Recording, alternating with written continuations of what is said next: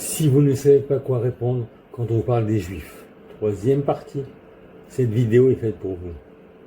J'ai une révélation, les Juifs sont des extraterrestres.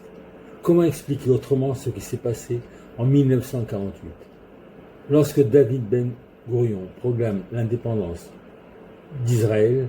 Le pays compte à peine 600 000 Juifs. En face, 5 armées arabes bien équipées, soutenues par une supériorité écrasante en hommes et en matériel. Et à ceux qui vivaient sur le territoire, le message est clair. Quittez temporairement vos maisons, laissez les armées arabes combattre, les Juifs seront vaincus et vous reviendrez dans quelques jours. Mais avec quelle armée Israël devait-il résister? Pas de chars, presque pas d'avions, très peu de canons, parfois un seul fusil pour 4 combattants. Même les Américains annoncent que le nouvel État ne survivra pas. Pourtant, après une année de guerre et 6 000 morts, Israël est toujours vivant. En 1967, en seulement 6 jours, Israël repousse plusieurs armées arabes et réunifie Jérusalem.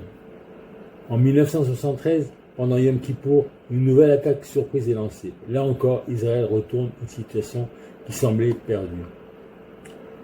Récemment, le 7 octobre 2023, à Simchat Torah, le Hamas commet le pire massacre de Juifs depuis la Shoah.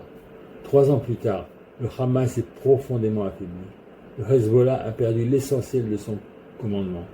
Le régime syrien s'est effondré. L'Iran ne tient qu'à un fil.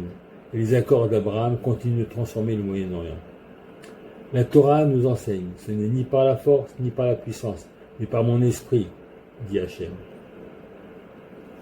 Peut-être que le véritable miracle juif est là. Depuis plus de 3000 ans, les empires qui ont annoncé notre disparition ont disparu avant nous.